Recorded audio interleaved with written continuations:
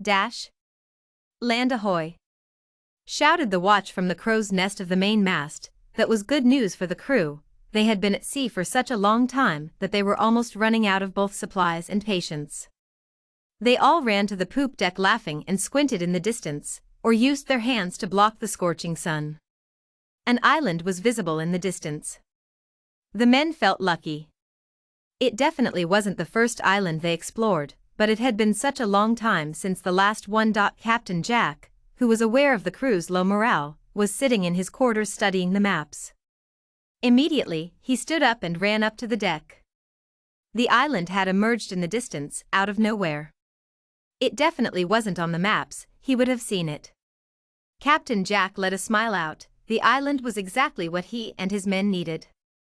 They would rest and look for supplies and other valuable goods, as they usually did when they found land. Dash. Full ahead, full sail. Captain Jack ordered his men. The ship sailed at full speed, eager to reach its destination. The men kept doing their tasks and laughing and looking ahead at the island. The sky was clear and the sun was shining bright. Some birds were flying in all directions carefree. Pretty soon, the ship dropped anchor. The men together with Captain Jack slowly and carefully landed on the island. It was the most beautiful exotic island they had ever seen. The sea was crystal clear and one could easily see the sandy bottom.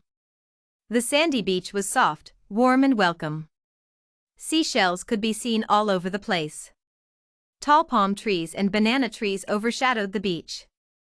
The men were speechless by the beauty of the Virgin Island.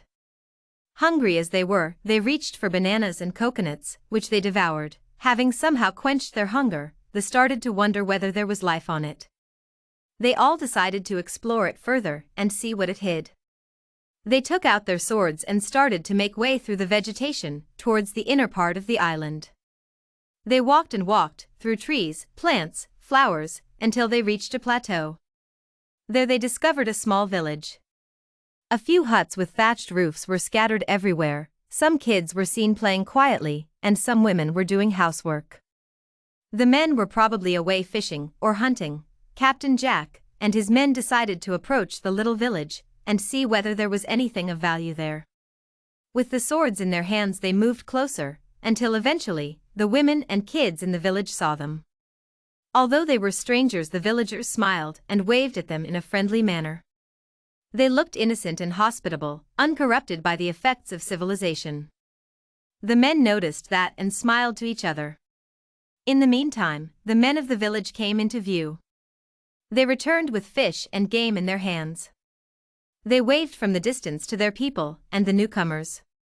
They all seemed friendly and hospitable, although they probably had never seen strangers before on this little island. Within minutes, Captain Jack's men got their orders. They were the usual ones, what they usually did in situations like that. With swords in hands, they circled and attacked the villagers. They gathered the people together, took whatever weapon they had in hand and grouped the men, the women and the kids. They counted 15 men, 10 women and 6 kids. Their faces and moves made it clear that whoever showed signs of resistance would be stabbed to death. But nobody resisted as they had no idea what was actually happening. Only the kids got scared and started sobbing. The villagers obediently let the men lead them back to their ship and lock them in the hold. They would carry them back home and sell them as slaves. They also took fishes and game as supplies for the voyage back. Before leaving the little village, they took whatever was of value and burnt the huts and everything. It was late in the afternoon, and Captain Jack decided they would spend the night there. The next day they would pull up anchor and sail back home. The men spent the night on the deck, drinking, laughing and singing loudly. They counted the money they would make from the sale of the slaves. It was a small fortune, as slaves were precious back home. They would share it among them as usual. Tired, they fell asleep. They had to wake up at the crack of dawn the next day. In the hold, the villagers tried to reassure one another that everything would be all right. But they didn't know what the future held for them.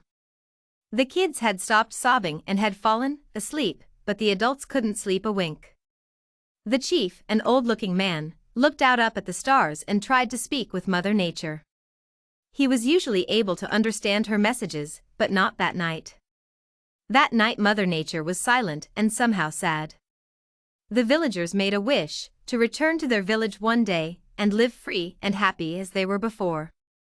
Someone saw a shooting star and felt relieved, as it always was a good omen.